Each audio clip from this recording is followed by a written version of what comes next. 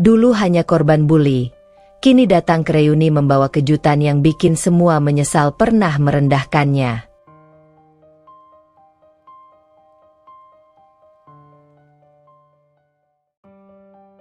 Aku tidak pernah benar-benar bisa melepaskan diri dari bayangan masa lalu. Sekuat apapun aku berusaha menutup rapat pintu kenangan tentang masa SMA, selalu ada celah kecil yang membuat mereka menyusup kembali ke dalam pikiranku. Aku masih ingat betapa seringnya aku menjadi bahan tertawaan di kelas, karena penampilan, karena gaya hidup keluargaku yang sederhana, atau karena aku dianggap tidak pantas bersanding dengan anak-anak populer yang selalu dikelilingi perhatian. Aku tumbuh sebagai anak seorang penjahit rumahan. Ibuku bekerja dari pagi sampai larut malam. Matanya sering sembab karena terlalu lama menunduk di depan mesin jahit. Tangannya penuh bekas luka jarum. Ayahku seorang buruh bangunan yang tidak selalu mendapat pekerjaan tetap.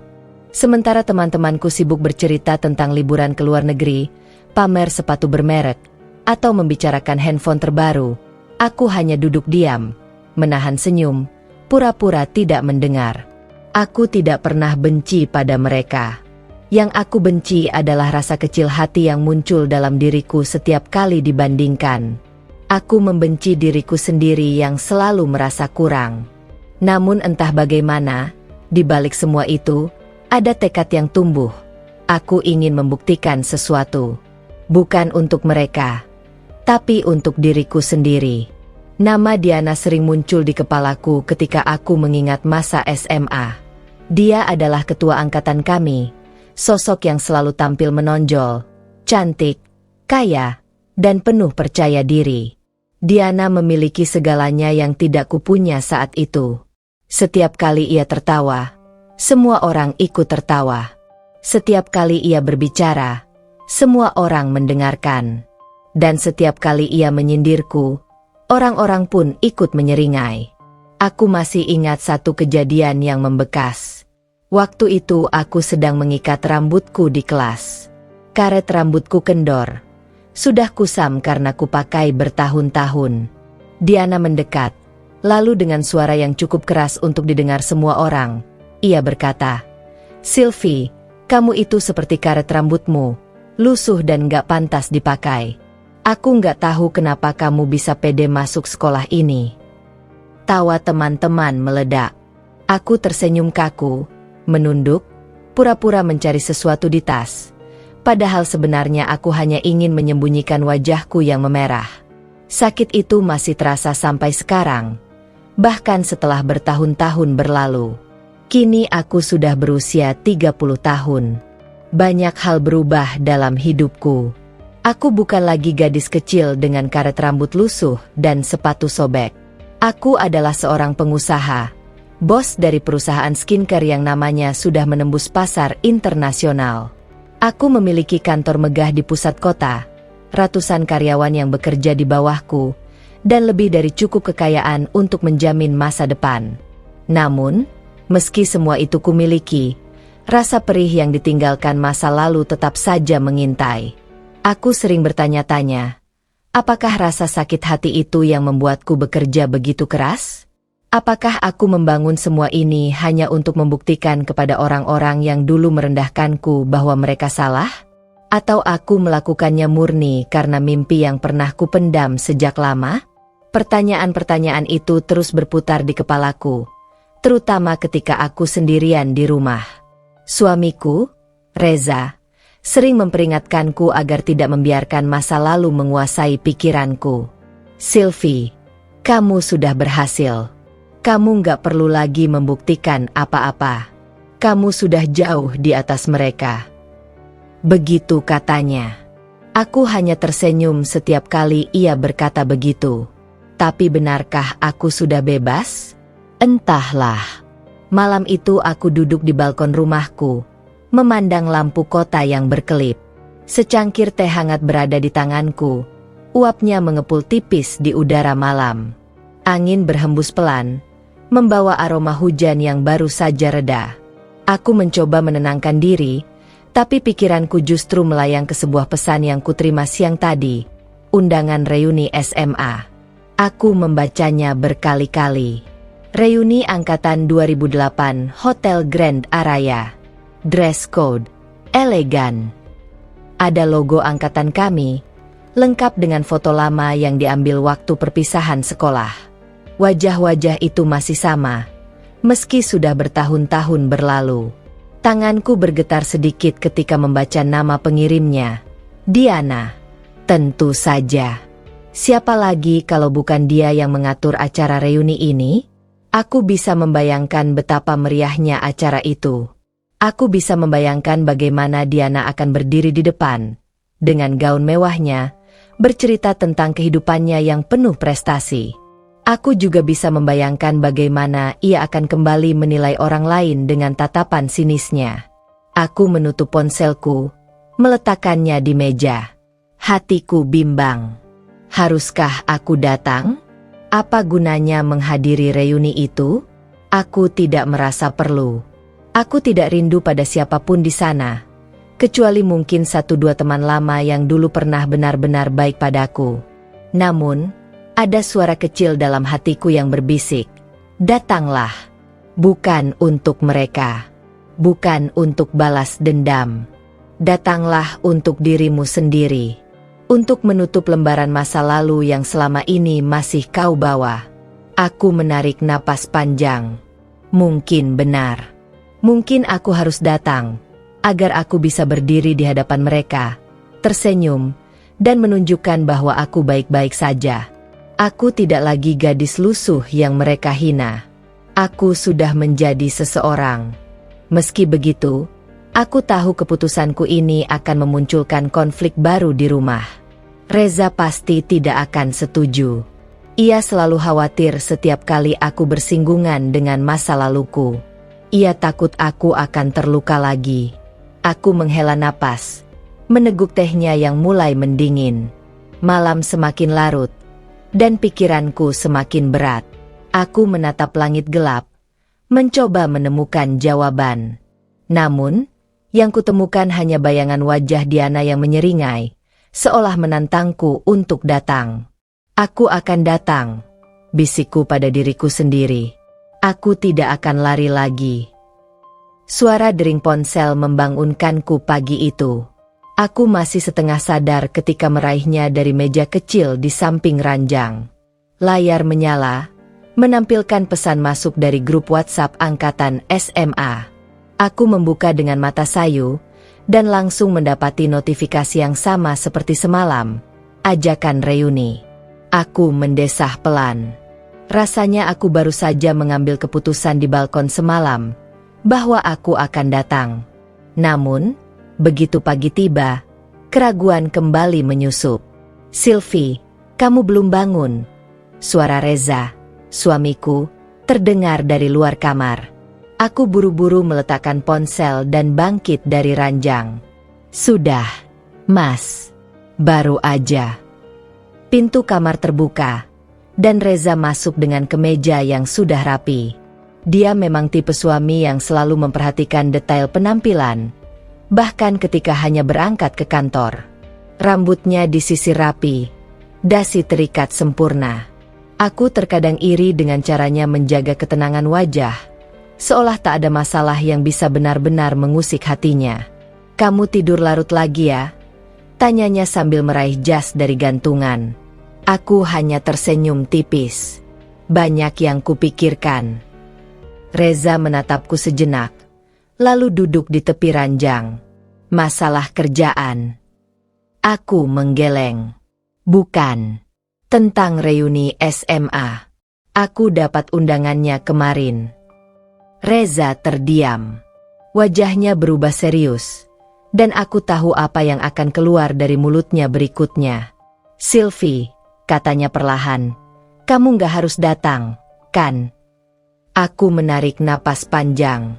Aku tahu kamu gak suka aku membicarakan soal SMA, apalagi tentang orang-orang yang dulu.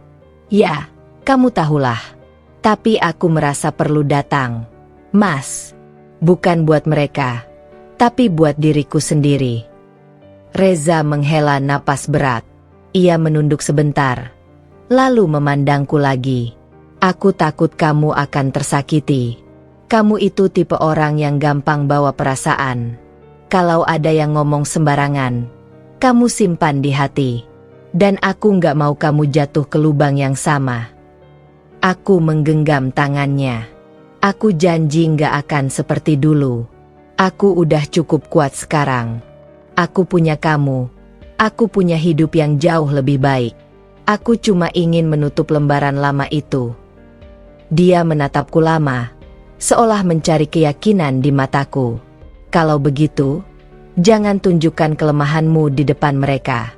Jangan kasih mereka kesempatan buat nyakitin kamu lagi. Aku tersenyum, meski hatiku tetap berdebar. Aku janji. Sepanjang hari, pikiranku terus terganggu oleh reuni itu. Aku sedang berada di kantor, rapat dengan tim pemasaran, ketika bayangan wajah Diana muncul begitu saja di kepalaku. Aku membayangkan dia berdiri anggun dengan gaun mahal, memamerkan hidupnya yang glamor. Bu Sylvie, bagaimana kalau kita promosikan produk terbaru lewat kolaborasi dengan artis Korea? Pasar Asia lagi naik, dan ini bisa jadi strategi yang bagus. Suara sekretarisku, Nisa, membuyarkan lamunanku. Aku menatapnya sejenak, lalu kembali fokus pada presentasi di layar. Itu ide bagus. Tapi jangan buru-buru. Kita analisis dulu tren 6 bulan terakhir. Aku nggak mau kita hanya ikut-ikutan tanpa data jelas. Nisa mengangguk, mencatat cepat di bukunya. Aku mencoba menenggelamkan diri ke dalam pekerjaan, tapi tetap saja reuni itu menghantui pikiranku. Setelah rapat usai, aku kembali ke ruanganku. Di meja, undangan cetak yang kemarin dikirim kurir masih tergeletak. Kertasnya tebal, desainnya elegan, dengan tulisan emas mengkilap. Diana pasti memikirkan semua detail ini. Aku tersenyum miris. Dari dulu dia memang suka pamer kesempurnaan. Aku memandangi undangan itu lama, lalu tiba-tiba teringat satu hal.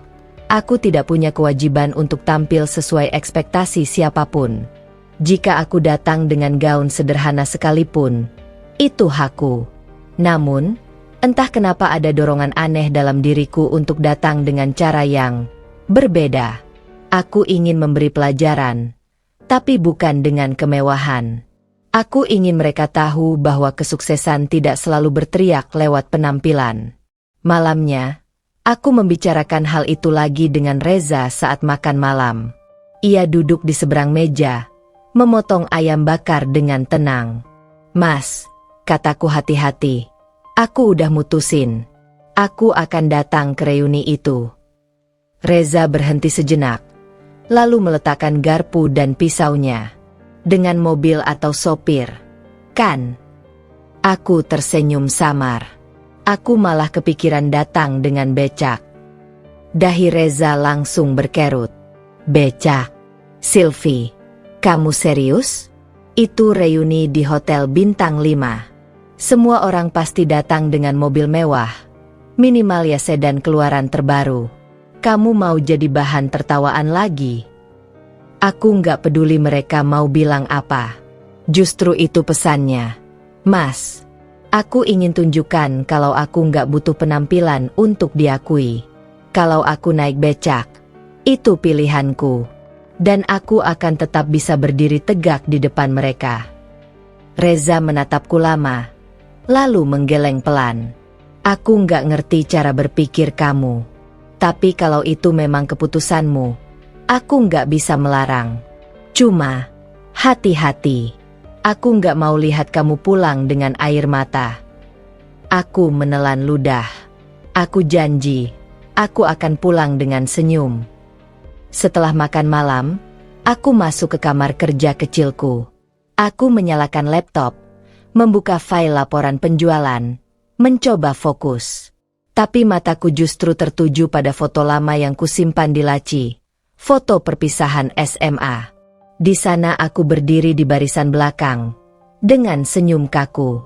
Rambutku dikuncir seadanya, seragamku sedikit kebesaran. Di depan, Diana berpose anggun dengan senyum penuh kemenangan. Aku memandang foto itu lama, lalu menutup mataku. Aku akan menutup cerita lama ini, gumamku, dengan caraku sendiri.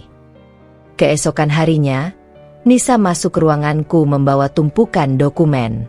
Ia meletakkannya di meja, lalu memperhatikan wajahku yang tampak lelah. "Bu, maaf, saya boleh nanya sesuatu?" katanya ragu. "Apa, Nisa? Kenapa akhir-akhir ini ibu sering kelihatan kepikiran? Ada masalah perusahaan?" Aku tersenyum. "Bukan, masalah pribadi." "Kalau boleh tahu?" Aku ragu sebentar, lalu memutuskan untuk jujur. "Aku dapat undangan reuni SMA. Aku lagi mikir, apa aku harus datang atau enggak?" Nisa tertawa kecil. "Ah, pantes. Kalau menurut saya, ibu harus datang. Biar mereka tahu sekarang ibu siapa." Aku menggeleng. "Bukan itu tujuanku. Aku cuma ingin menutup masa lalu. Aku ingin berdamai dengan diriku sendiri." Nisa mengangguk mengerti.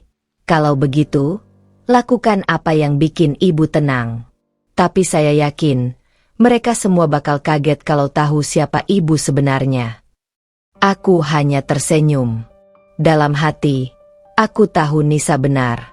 Akan ada kejutan besar menanti di reuni itu. Dan aku siap menghadapinya. Hari reuni akhirnya tiba. Dari semalam aku sudah menyiapkan diri, bukan dengan gaun mewah atau perhiasan berkilau, melainkan dengan hati yang kukuatkan sekeras mungkin. Aku berdiri di depan cermin kamar, mengenakan dress sederhana berwarna pastel lembut, tanpa banyak ornamen. Rambutku kugerai natural, hanya kutambahkan sedikit lipstik tipis agar wajahku tak terlihat pucat. Aku bisa saja menyuruh stylist pribadiku datang, atau mengenakan koleksi terbaru dari butik langgananku. Tapi aku memilih tidak melakukannya. Aku ingin datang sebagai diriku sendiri, bukan sebagai sosok yang dibalut kemewahan. "Sylvie, kamu yakin mau pergi pakai itu aja?" Suara Reza terdengar dari belakang. Ia berdiri di ambang pintu kamar, bersandar dengan kedua tangan disilangkan di dada. Aku menoleh sambil tersenyum. "Kenapa? Kamu nggak suka?" Reza menatapku lama, lalu mendekat. "Aku suka. Kamu selalu cantik dengan cara apapun. Cuma, aku tahu teman-teman SMA kamu pasti pada pamer. Mereka bakal datang kayak mau ke pesta peragaan busana. Kamu siap mental kalau dibanding-bandingkan?" Aku menarik napas panjang. Aku sudah siap. Justru aku ingin menunjukkan kalau aku nggak perlu berlomba di arena yang sama dengan mereka. Aku punya jalanku sendiri. Reza mengangguk pelan, meski aku tahu ia masih menyimpan kekhawatiran. "Oke, aku percaya sama kamu. Tapi tetap, hati-hati." Aku mendekat, meraih tangannya, lalu mengecup punggungnya. "Terima kasih sudah mendukungku, Mas." Aku melangkah keluar rumah dengan mantap. Di depan pagar, sebuah becak sudah menunggu. Kusuruh asisten rumah tangga memanggilnya sejak pagi. Tukang becak itu, seorang bapak tua dengan wajah keriput, tersenyum ramah begitu melihatku. "Ke Hotel Grand Araya, Bu?" tanyanya. Aku mengangguk. "Iya, Pak. Bisa kan?" "Tentu bisa." Ia turun dari becak, membantu menata rok dressku agar tidak tersangkut. Lalu aku pun duduk dengan hati-hati. Begitu becak mulai melaju, aku merasakan hembusan angin sore menyapu wajahku. Kota terlihat ramai, dengan deru kendaraan dan lampu-lampu toko yang mulai menyala. Di dalam hatiku, ada rasa lega sekaligus tegang. Aku tahu, keputusan datang dengan becak ini akan menimbulkan reaksi. Orang-orang akan menertawakan, mungkin juga meremehkan. Tapi aku siap. Aku ingin memberi pelajaran, bukan dengan marah, tapi dengan menunjukkan bahwa keberanian tidak selalu butuh kemewahan. Sepanjang perjalanan, pikiranku melayang ke masa lalu. Aku teringat bagaimana dulu aku sering naik becak ke sekolah. Karena ayahku tidak mampu membelikanku sepeda motor. Aku teringat tatapan teman-teman yang melihatku turun dari becak dengan seragam kusam. Aku teringat tawa Diana ketika pernah berkata, "Sylvie, becak itu cocok buat kamu. Pelan, lusuh, dan gak pernah bisa ngejar siapa-siapa." Aku menggenggam erat tas kecilku. Tawa itu masih terdengar jelas di kepalaku. Tapi kali ini berbeda.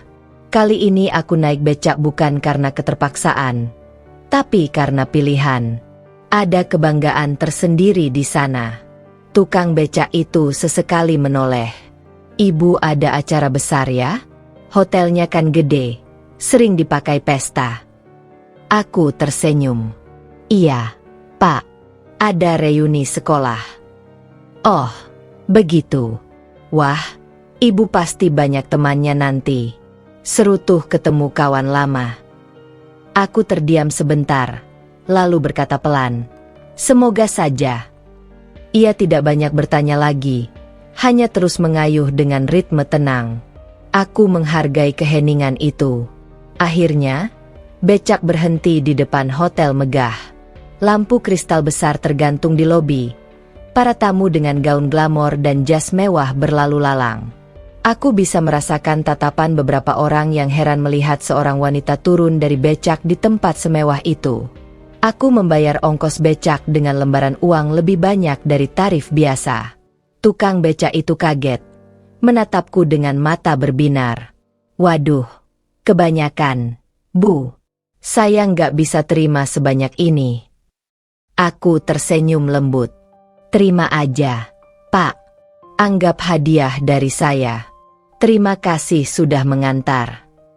Ia mengangguk haru, lalu mengayuh pergi. Aku menarik napas panjang, merapikan gaunku, lalu melangkah masuk ke lobi hotel. Langkahku terasa berat. Aku bisa merasakan tatapan-tatapan aneh dari para tamu yang lewat.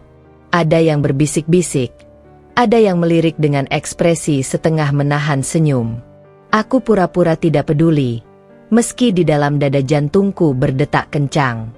Begitu sampai di depan ballroom, aku melihat beberapa wajah yang familiar. Teman-teman lama, yang kini sudah berubah. Ada yang lebih berisi, ada yang makin cantik, ada yang menua. Mereka tertawa riuh, saling berfoto, saling pamer. Dan benar saja, begitu aku muncul, semua kepala menoleh. "Sylvie?" seseorang berseru. Aku tersenyum kecil. "Hai." Beberapa orang langsung mendekat, menatapku dari atas ke bawah. Mereka tersenyum kaku, lalu saling berbisik. Aku tahu apa yang mereka pikirkan. Sylvie datang dengan becak, mengenakan dress sederhana, tanpa perhiasan mencolok. "Masih sama aja ya, Enam," kata seorang pria yang dulu pernah sekelas denganku. Nada suaranya terdengar setengah mengejek. Aku hanya tersenyum. "Iya, masih aku yang dulu." Di dalam ballroom, suasana semakin ramai.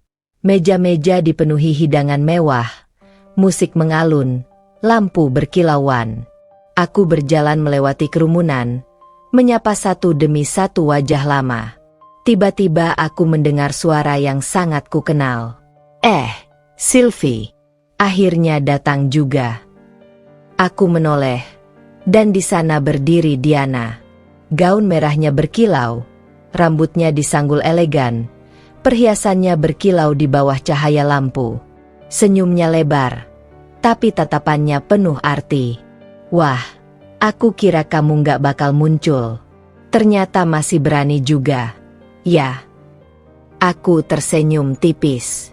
"Kenapa nggak berani? Ini kan reuni kita semua." Dia mendekat, menatapku dari ujung kaki sampai kepala. "Kamu datang naik apa, Enam?" "Aku naik becak," jawabku tenang. Sejenak wajahnya terdiam, lalu tawanya pecah keras. Beberapa orang di sekitarnya ikut tertawa. "Naik becak? Ya Tuhan, Sylvie, kamu nggak berubah ya. Dari dulu sampai sekarang, tetap aja nggak bisa move on. Tawa semakin keras. Aku hanya berdiri diam, menatap mereka satu persatu. Hati kecilku sempat bergetar. Tapi aku segera menegakkan bahu. Aku nggak merasa harus berubah hanya untuk menyenangkan orang lain, kataku pelan tapi tegas. Diana berhenti tertawa, menatapku dengan alis terangkat. Oh, kita lihat nanti, Sylvie. Kita lihat siapa yang sebenarnya berhasil dalam hidup ini. Aku tersenyum, meski dalam hati ada perih yang kembali tergores. Aku tahu, ini baru permulaan. Aku berdiri di tengah ballroom itu, dikelilingi tawa yang menusuk telinga. Setiap denting gelas, setiap bisik-bisik yang kutangkap, terasa seperti panah kecil yang diarahkan padaku. Aku mencoba tersenyum, tapi di dalam dada ada rasa sesak yang sulit kusembunyikan. Sylvie, serius, kamu naik becak? Aku kira itu cuma bercanda, ucap seorang perempuan lain, Ratna, yang dulu terkenal pintar di kelas. Kini ia tampil glamor dengan gaun berkilauan dan tas bermerek yang jelas-jelas baru keluar dari butik. Kenapa enggak? Jawabku tenang. Becak juga kendaraan, kan? Nyaman, ramah lingkungan, dan cukup buat sampai ke sini. Ratna menutup mulutnya sambil tertawa kecil. Ya ampun, kamu selalu aja punya alasan filosofis buat hal-hal sederhana. Tapi tetap aja, becak, enam, becak. Tawa kembali meledak. Kali ini lebih keras, lebih menusuk. Aku menegakkan bahu, berusaha menahan getaran di tanganku. Aku nggak masalah jadi bahan tertawaan. Yang penting aku datang. Diana mendekat lagi, dengan senyum sinis yang jelas bukan sekadar ramah. Kamu ini memang unik, Sylvie.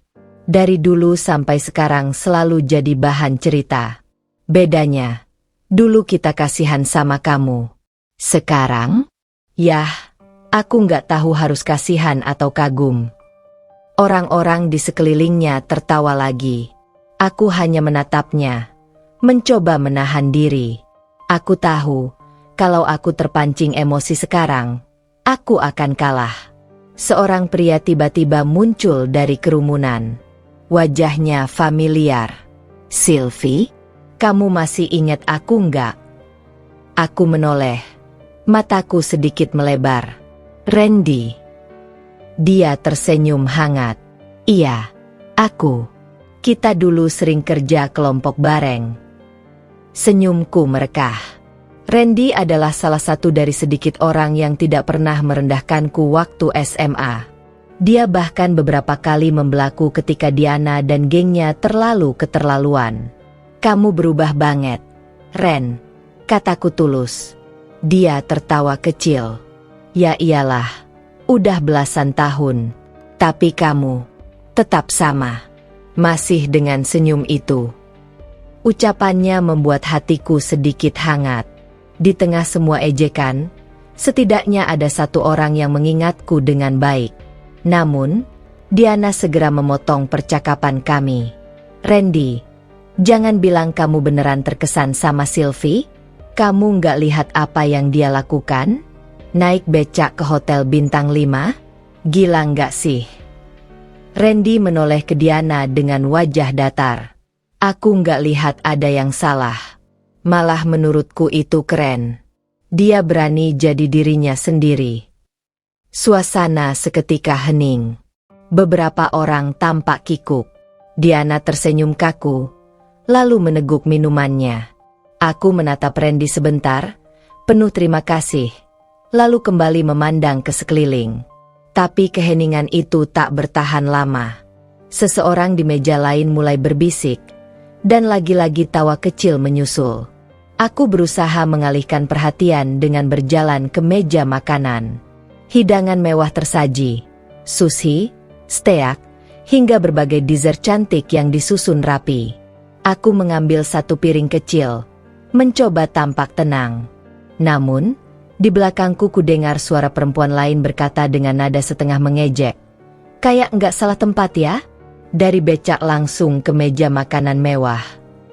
Aku hampir tersedak napasku. Aku ingin menoleh, tapi ku tahan. Aku menaruh beberapa potong buah di piringku, lalu berjalan menjauh. Langkahku terhenti ketika aku melihat sekelompok perempuan, teman-teman lama yang dulu sering ikut-ikutan Diana mengejekku. Mereka kini duduk di sofa mewah, tertawa sambil sesekali melirik ke arahku. Aku nggak nyangka dia masih bisa datang, kata salah satunya. Ya ampun, aku pikir dia udah nggak punya muka buat muncul di depan kita, sambung yang lain. Tapi salut sih. Dia kuat juga mentalnya, timpal satu lagi dengan nada sarkastik. Tawa mereka pecah. Aku merasakan darahku mendidih, tapi aku tetap melangkah menjauh. Aku memilih duduk di pojok ruangan, berusaha menghirup napas panjang. Suasana glamor di sekitarku terasa asing, meski aku sebenarnya sudah terbiasa dengan acara-acara semacam ini dalam urusan bisnis. Bedanya, kali ini aku tidak datang sebagai pengusaha sukses, melainkan sebagai Sylvie yang dulu mereka kenal, gadis biasa yang sering ditertawakan. Dan ternyata, bagi mereka, aku masih Sylvie yang sama. Seseorang tiba-tiba duduk di sampingku. Aku menoleh, dan mendapati Randy lagi. Ia tersenyum tipis. "Kamu nggak harus pedulin mereka," katanya. Aku tersenyum pahit. "Kamu pikir gampang? Aku udah bilang sama diriku sendiri kalau aku nggak akan sakit hati. Tapi nyatanya, rasanya masih sama kayak dulu. Kayak semua luka lama kebuka lagi." Randy menatapku dengan serius. "Aku tahu. Tapi kamu lebih kuat sekarang. Mereka cuma lihat apa yang mau mereka lihat. Kamu tahu siapa dirimu sebenarnya." Aku terdiam, menatap gelas jus di tanganku. Kata-kata Randy memang benar, tapi sulit sekali untuk benar-benar tidak terpengaruh. Tak lama kemudian, terdengar suara mikrofon yang dicoba. Seorang panitia mengumumkan, "Teman-teman, mari kita berkumpul. Ketua angkatan kita akan memberikan sambutan." Aku langsung tahu siapa yang dimaksud. Diana. Suasana gaduh perlahan mereda. Semua orang bergerak menuju kursi yang sudah ditata menghadap panggung kecil. Aku pun ikut duduk di barisan agak belakang. Diana naik ke panggung dengan anggun. Gaunnya berkilauan di bawah cahaya lampu. Ia tersenyum lebar, menyapukan pandangan ke seluruh ruangan. "Halo, teman-teman semua. Wah, senang sekali kita bisa berkumpul lagi setelah sekian lama. Aku bangga lihat kita semua udah jadi orang-orang hebat di bidang masing-masing. Ada yang jadi dokter, pengacara, pengusaha, dan macam-macam." Tepuk tangan terdengar. Aku ikut bertepuk tangan, meski perasaanku masih campur aduk. Diana melanjutkan, "Tapi tentu saja, ada juga yang, ya, hidupnya masih begitu-begitu aja. Masih terjebak di masa lalu, masih nggak bisa move on. Masih, ya, kalian tahu sendirilah." Suasana mendadak hening. Lalu beberapa orang tertawa kecil. Aku bisa merasakan banyak mata melirik ke arahku. Dadaku terasa sesak. Jadi benar, Diana masih seperti dulu. Tak pernah kehilangan kesempatan untuk merendahkanku. Aku menunduk sebentar, menggenggam erat piring di tanganku. Dalam hati, aku berkata pada diriku sendiri, "Tenang, Sylvie. Jangan bereaksi sekarang. Saatnya akan datang." Aku mendongak lagi, menatap Diana di panggung. Ia tersenyum penuh kemenangan, seolah yakin tidak ada yang bisa menandinginya malam ini. Aku menarik napas panjang. Jika tadi aku hanya jadi bahan tawa, kali ini aku berjanji tidak akan tinggal diam. Diana berdiri di atas panggung kecil itu dengan penuh percaya diri. Mikrofon berada di genggamannya seakan sebuah tongkat kekuasaan, dan sorot lampu yang fokus padanya membuatnya terlihat semakin menonjol. Semua orang menatap, sebagian dengan kagum, sebagian dengan rasa segan. Aku hanya bisa mendesah pelan, karena pemandangan ini tidak asing bagiku. Begitulah Diana sejak dulu, pusat perhatian. Teman-teman, suaranya mengalun lembut tapi penuh wibawa. Malam ini spesial banget. Kita semua ada di sini, berkumpul setelah belasan tahun. Banyak cerita, banyak perubahan. Aku bangga banget lihat pencapaian kalian. Ada yang jadi dokter, ada yang jadi pengacara, ada yang sukses di bisnis. Itu luar biasa. Tepuk tangan bergemuruh. Aku ikut bertepuk tangan, meski dalam hati sudah bisa menebak kemana arah pidato ini. Diana berhenti sejenak. Matanya berkilat nakal. Tapi, ia menekankan kata itu, dan ruangan langsung hening. Seperti biasa, dalam setiap angkatan, pasti ada warna-warni kehidupan. Ada yang melesat jauh, ada yang bertahan di zona nyaman, ada juga yang, yah, masih begitu-begitu aja. Beberapa orang terkekeh. Aku bisa merasakan mata mereka kembali melirik ke arahku. Jantungku berdegup kencang. Tapi aku tetap menjaga ekspresi wajahku tetap netral. Diana melanjutkan, kita semua tahu, kesuksesan bukan cuma soal uang. Tapi ya, kita juga bisa lihat siapa yang berhasil naik kelas dan siapa yang, ya, masih jalan di tempat. Bahkan, ada yang datang ke reuni ini dengan kendaraan unik. Bukan mobil, bukan motor. Tapi, ia tertawa kecil, lalu menunggu reaksi audiens. Becak. Tawa meledak di seluruh ruangan. Beberapa orang sampai menepuk meja. Sebagian lainnya berusaha menahan diri tapi gagal. Aku duduk diam, menatap ke depan, menahan perasaan yang bergemuruh. Diana tersenyum puas. Aku salut sama mentalnya. Bayangin aja, naik becak ke hotel bintang 5. Itu butuh keberanian, teman-teman. Suaranya terdengar seperti pujian, tapi aku tahu betul itu adalah sindiran tajam. Semua orang tahu. Aku bisa saja berdiri saat itu juga dan mengatakan siapa diriku sekarang. Bisa saja aku katakan bahwa aku adalah CEO dari salah satu perusahaan skincare terbesar di negeri ini, bahwa aku bisa membeli semua mobil mewah yang terparkir di luar hotel hanya dengan menandatangani satu kontrak. Tapi aku menahan diri. Aku ingin melihat sejauh apa Diana akan bermain dengan kata-katanya. Aku ingin tahu seberapa dalam ia akan menusukku di depan semua orang. Diana melanjutkan sambutannya dengan gaya khasnya yang penuh drama. Aku bangga sama teman-teman yang udah berjuang keras. Lihat si Rudy, sekarang jadi dokter spesialis terkenal. Lihat si Ratna, punya butik sendiri. Lihat Andi, jadi pengacara sukses. Kita semua luar biasa. Ia berhenti, lalu tersenyum sinis. Ya, meskipun ada juga yang mungkin suksesnya masih dalam imajinasi. Tapi nggak apa-apa. Yang penting kita tetap bisa tertawa bersama, kan? Lagi-lagi tawa pecah. Aku menutup mata sejenak, menarik napas dalam-dalam. Tenang, Sylvie, belum waktunya. Biarkan dia puas dulu. Aku melirik ke arah Randy yang duduk tak jauh dariku. Ia menatap Diana dengan ekspresi tidak suka. Ketika pandangan kami bertemu, ia menggeleng pelan, seakan berkata, "Kamu nggak harus tahan ini sendirian."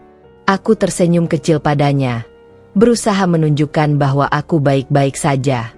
Setelah puas dengan sambutannya yang penuh racun, Diana menutup pidatonya. Sekali lagi, terima kasih sudah hadir malam ini. Mari kita nikmati kebersamaan, karena kesempatan seperti ini tidak datang dua kali. Tepuk tangan kembali menggema. Semua orang berdiri, bertepuk tangan meriah. Aku pun berdiri, ikut bertepuk tangan. Meski dalam hati aku tahu aku tidak sedang bertepuk tangan untuknya, melainkan untuk diriku sendiri yang masih bisa bertahan di tengah semua ini. Acara berlanjut dengan sesi perkenalan singkat. Satu persatu orang maju ke depan untuk menceritakan apa yang mereka lakukan sekarang. Ada yang bercerita dengan bangga, ada yang sederhana, ada pula yang mencoba membesar-besarkan pencapaiannya. Ketika giliranku tiba, Ruangan mendadak hening. Semua mata tertuju padaku. Aku berjalan ke depan dengan langkah mantap, meski di dalam hati jantungku berdegup lebih cepat dari biasanya. Aku berdiri di depan mikrofon, menatap wajah-wajah yang menunggu dengan ekspresi penuh rasa ingin tahu, dan sebagian penuh ejekan terselubung. Aku tersenyum. Halo semua. Aku Sylvie. Aku senang bisa ada di sini hari ini, ketemu kalian lagi setelah sekian lama. Beberapa orang bersiul kecil, sebagian tertawa. Aku mengabaikannya. Aku menjalani hidup dengan sederhana. Nggak banyak yang bisa kuceritakan.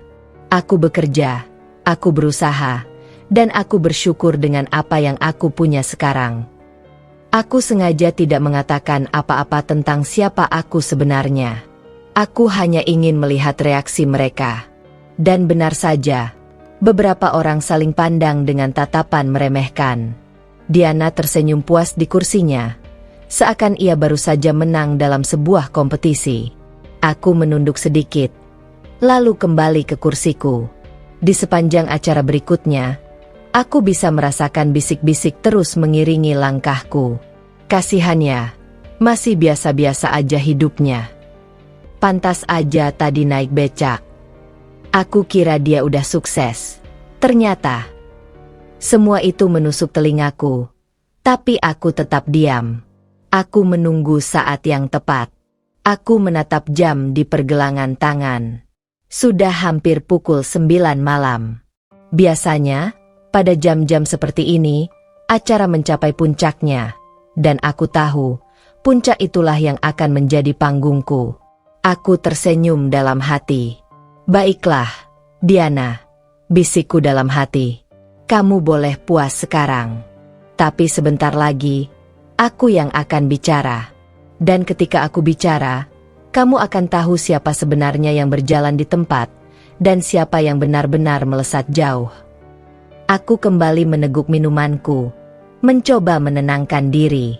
Lampu ballroom terasa semakin terang, musik semakin riuh, tapi semua itu hanya latar. Yang kutunggu adalah momen itu, momen ketika aku bisa berdiri, bukan untuk membalas dendam, tapi untuk menunjukkan kebenaran. Dan aku berjanji, ketika saat itu tiba, tidak akan ada lagi tawa yang bisa merendahkanku. Aku masih duduk di kursiku, memandangi gelas yang hampir kosong. Riuh rendah suara musik, obrolan, dan tawa terdengar di sekelilingku. Tapi aku seolah mendengar semuanya dari kejauhan. Tubuhku ada di ruangan ini, tapi pikiranku sudah jauh melayang, membayangkan detik-detik yang akan datang. Satu hal yang kupelajari dari dunia bisnis, waktu adalah segalanya. Terlalu cepat, kau terlihat gegabah. Terlalu lama, kau akan kehilangan momentum. Malam ini, aku harus memilih waktu yang tepat. Acara demi acara bergulir. Ada yang tampil bernyanyi, ada yang memperlihatkan video kenangan masa SMA, lengkap dengan foto-foto lama yang membuat semua orang bersorak dan tertawa. Aku pun tersenyum melihat diriku sendiri di layar. Seorang gadis berkepang dua, berkacamata tebal, dan selalu duduk di pojok kelas. Ya ampun, itu Sylvia, seseorang berseru. Masih polos banget. Dan sekarang, sahut yang lain, tertawa. Masih sama aja. Aku menghela napas. Luka lama kembali terasa. Tapi kali ini, aku tidak akan tinggal diam. Ketika sesi, sharing kenangan, hampir selesai, pembawa acara berkata, "Sebelum kita tutup, ada beberapa teman yang ingin berbagi cerita lebih personal. Mungkin tentang perjalanan hidup mereka, atau pesan untuk kita semua." Inilah saatnya. Aku berdiri. Semua kepala menoleh padaku. Aku bisa melihat kejutan di wajah mereka. Mungkin mereka mengira aku tidak akan berani bicara lebih banyak. Diana, terutama, tampak tersenyum licik, seolah menunggu aku mempermalukan diriku sendiri lagi. Aku melangkah ke depan, berdiri di panggung kecil itu. Mikrofonku genggam erat, dan aku menarik napas panjang sebelum berbicara. "Halo, Teman-teman, pertama, aku mau bilang terima kasih. Terima kasih karena kalian sudah mengingatku, meski seringkali dengan cara yang, ya, agak menyakitkan. Aku sudah dengar banyak tawa, banyak komentar, banyak sindiran malam ini. Dan aku hanya ingin bilang, aku baik-baik saja. Ruangan hening. Semua menatapku, sebagian dengan canggung, sebagian masih dengan ekspresi meremehkan. Aku melanjutkan, suaraku semakin mantap. Aku datang ke sini naik becak. Betul. Dan aku bangga melakukannya. Karena bagiku, kesuksesan tidak pernah diukur dari mobil apa yang kau kendarai, gaun apa yang kau pakai, atau tas bermerek apa yang kau bawa. Beberapa orang mulai berbisik. Diana terlihat berusaha menahan tawa. Aku tersenyum tipis, lalu menatap langsung ke arahnya. Kesuksesan adalah tentang bagaimana kau bisa berdiri di atas kakimu sendiri, tanpa harus menjatuhkan orang lain. Suasana mulai berubah. Aku bisa merasakan ketegangan di udara. Aku menarik napas lagi, lalu berkata dengan nada lebih tenang. Aku tidak pernah bercerita banyak tentang hidupku, karena aku percaya, hidup bukan untuk dipamerkan. Tapi malam ini, aku ingin berbagi sedikit. Aku berhenti sebentar, membiarkan rasa penasaran menggantung di udara. Semua orang kini menatapku dengan lebih serius. Bahkan Diana tampak agak tegang, meski ia masih berusaha tersenyum sinis. Aku memulai dari nol. Dari anak SMA yang sering ditertawakan, diejek karena penampilan, dianggap tidak punya masa depan. Aku kerja keras, jatuh bangun, berkali-kali gagal. Tapi aku terus berdiri. Sampai akhirnya, aku bisa membangun sesuatu yang berarti. Sesuatu yang mungkin kalian juga tahu tanpa sadar. Aku mengangkat daguku, menatap seluruh ruangan. Aku adalah pendiri sekaligus CEO dari Luvera Skincare. Ruangan mendadak hening total. Bisa ku dengar bahkan suara napas beberapa orang yang tercekat. Beberapa detik kemudian, terdengar bisikan. Hah? Luvera? Itu kan brand yang lagi booming. Serius? Dia bosnya. Gila, aku pakai produknya tiap hari. Aku melanjutkan dengan suara mantap, perusahaan itu kini sudah ada di lebih dari 10 negara, dengan puluhan ribu reseller, ratusan karyawan, dan omzet yang... Aku berhenti sejenak, lalu tersenyum. Ya, cukup untuk membeli tempat ini malam ini. Suasana langsung riuh. Semua orang berbisik, beberapa ternganga, sebagian terlihat tidak percaya. Diana, yang tadinya tersenyum angkuh, kini wajahnya pucat dan kaku. Aku menoleh ke arah panitia acara. Sebenarnya, sebelum datang ke sini, aku sudah membuat satu keputusan. Aku membeli hotel ini. Sorak kaget terdengar dari berbagai sudut. Apa? Kamu serius? Gila. Aku mengangguk pelan.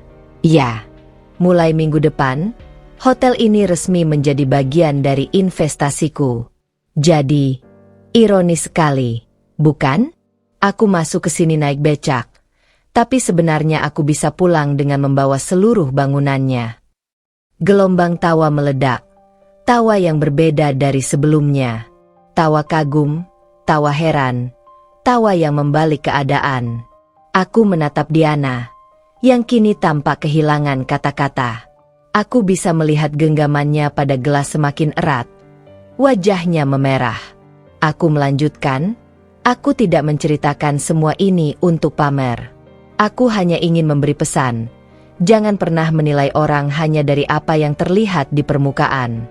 Kadang, orang yang kalian anggap paling lemah, justru sedang mempersiapkan kekuatan terbesar mereka. Hening lagi. Lalu, perlahan, terdengar tepuk tangan. Randy yang pertama kali bertepuk tangan, disusul beberapa orang lain, dan akhirnya seluruh ruangan bergemuruh dengan tepuk tangan meriah. Aku tersenyum, menunduk sedikit, lalu mengakhiri dengan kalimat, Jangan pernah merendahkan orang lain. Karena kalian tidak pernah tahu, suatu hari nanti, dialah yang akan berdiri di tempat yang lebih tinggi. Aku kembali ke kursiku, meninggalkan Diana yang masih terpaku di posisinya. Semua orang kini menatapku dengan cara berbeda. Ada yang kagum, ada yang malu, ada yang menyesal. Randy menepuk bahuku pelan. Aku selalu tahu kamu bukan orang biasa, Sylvie. Tapi aku nggak nyangka sebesar ini. Aku tersenyum padanya. Aku hanya berusaha. Sama seperti semua orang. Bedanya, aku tidak berhenti ketika orang lain berhenti percaya padaku. Dan untuk pertama kalinya malam itu, aku merasa benar-benar bebas. Sorakan dan tepuk tangan itu masih menggema di telingaku, meski aku sudah kembali duduk di kursiku. Aku mencoba meneguk minuman lagi untuk menenangkan diri, tapi yang kurasakan justru sebuah kelegaan yang luar biasa. Semua beban ejekan, sindiran, dan tawa yang menertawakanku sejak awal malam seolah sirna begitu saja. Aku bukan lagi Sylvie yang ditertawakan karena naik becak. Aku adalah Sylvie yang mereka kenal ulang. Sylvie yang berdiri tegak dengan pencapaian yang tak terbantahkan. Namun aku tahu, satu orang pasti tidak bisa menerima ini dengan mudah. Mataku perlahan beralih ke arah Diana. Ia masih duduk di kursinya. Dia membeku. Senyum angkuhnya lenyap. Kedua matanya bergetar, seakan sedang mencari-cari kata yang tepat untuk menanggapi kenyataan yang baru saja meledak di hadapannya. Ratna, yang duduk di sampingnya, berbisik sambil tersenyum kikuk. Diana, kamu baik-baik aja kan? Diana tersentak, lalu buru-buru menarik napas dalam. Ia berusaha tersenyum lagi, meski jelas terlihat kaku. Tentu saja. Kenapa aku harus nggak baik-baik aja? Suaranya sedikit bergetar. Beberapa orang yang tadinya duduk dekat dengan Diana kini justru mulai mengalihkan perhatian mereka padaku.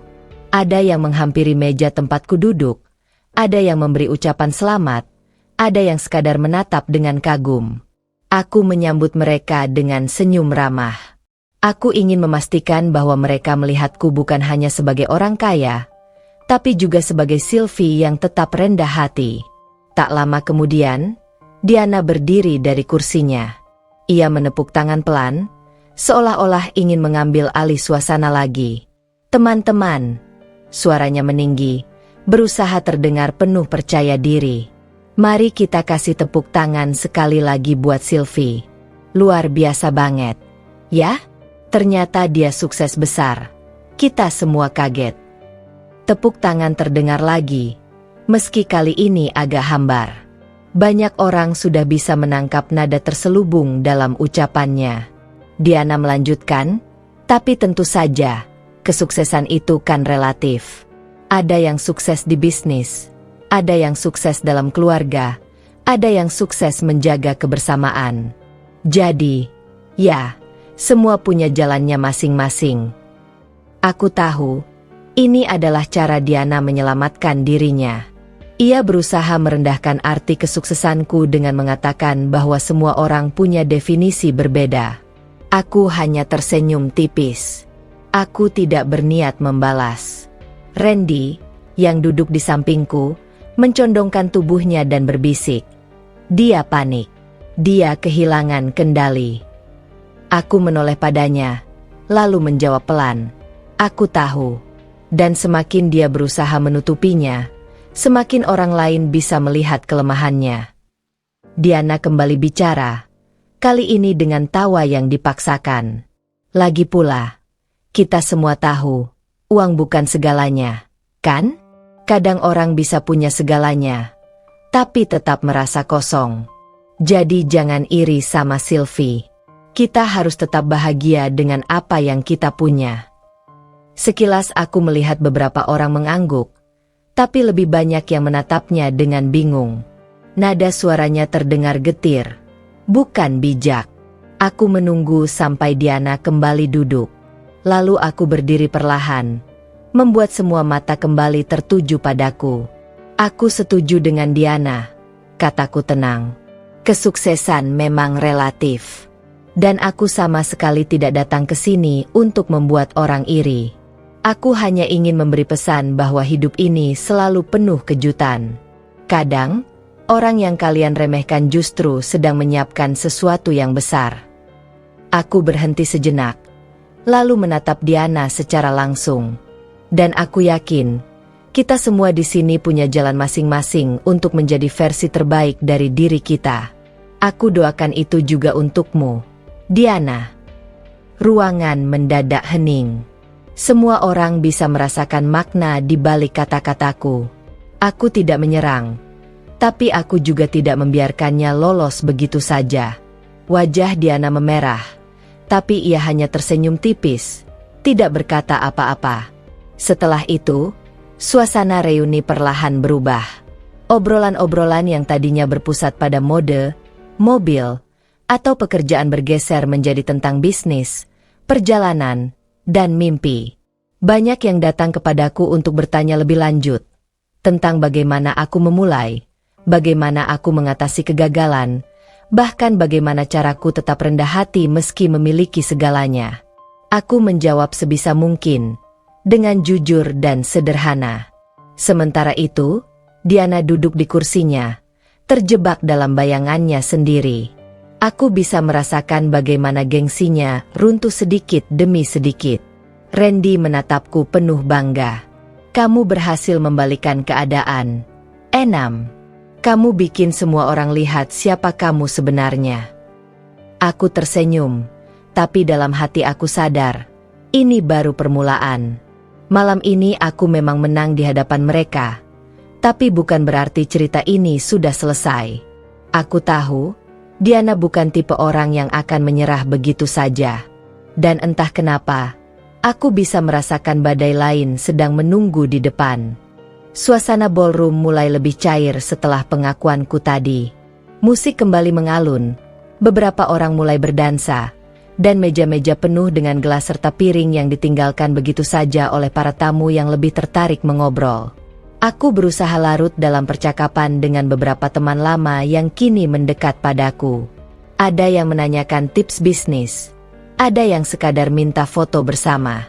Rasanya aneh, orang-orang yang dulu menertawakan, kini memujiku tanpa henti. Tapi di balik senyum mereka, aku tahu ada yang masih belum ikhlas menerima kenyataan.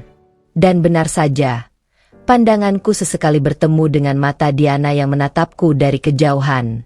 Tatapan itu bukan lagi tatapan angkuh, melainkan penuh dengan sesuatu yang lebih gelap, dendam. Aku berpura-pura tidak peduli, tapi dalam hati aku waspada. Aku sudah lama mengenal Diana. Ia bukan orang yang bisa menelan kekalahan begitu saja. Ketika suasana mulai tenang, aku keluar sebentar ke balkon untuk menghirup udara segar. Dari kejauhan, lampu kota berkelip indah. Aku bersandar pada pagar besi, menatap langit malam. Sylvie. Suara itu membuatku menoleh.